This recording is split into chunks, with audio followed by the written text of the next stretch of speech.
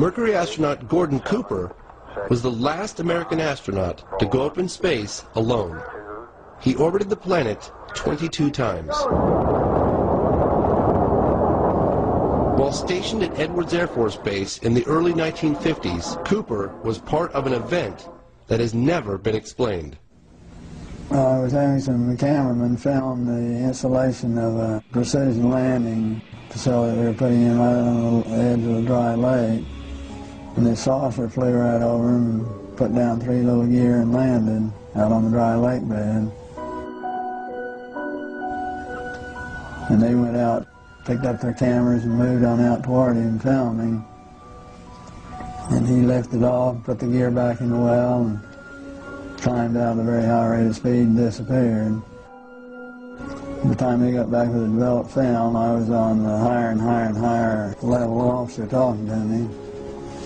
Finally, with the colonel telling me to, when the film arrived at my desk, to put it in the carrier pouch. There would be a courier there at my office by that time already, and they'd arranged for him to fly in our base airplane back to Washington with these films, and do not run prints, etc., etc., etc. Did you watch the film?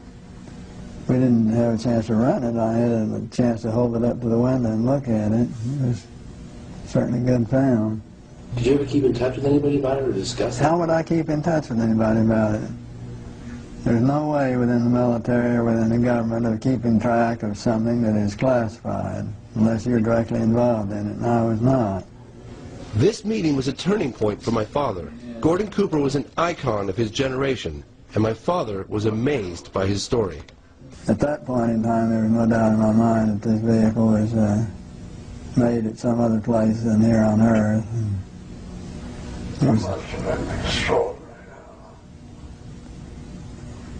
Yeah, well, Buck Rogers and Flash Gordon coming true. After the film was sent to Washington, it was never seen or heard of again.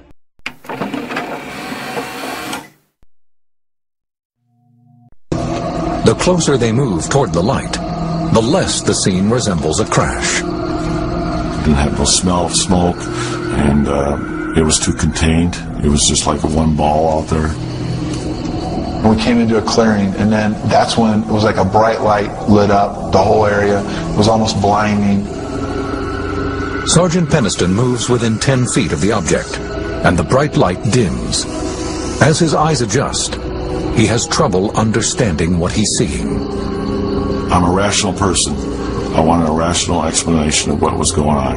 I could not come up with one. Peniston snaps pictures with his military-issued camera. The craft was triangular in shape and measured probably 9 feet wide by about 8 feet high. I couldn't tell the front or back to it. I mean, there was no engines on one side or no cockpit or nothing like that. It was all completely smooth, the outside of the craft. He then circles the object, writing descriptions in a notepad. These are the notes he wrote that night. Surface is unknown. Identity unknown. No apparent landing gear present. No sound, but appears to be operating somehow. Peniston's handwriting changes dramatically as he gets closer to the craft. I was really having problems with the type of craft.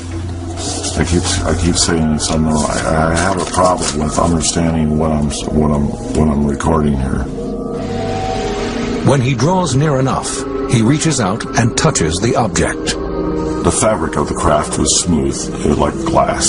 It was warm to the touch, but not hot. There wasn't like lights on it. It was somehow it was in the fabric of the craft. On the front side of the object, Peniston notices several strange symbols.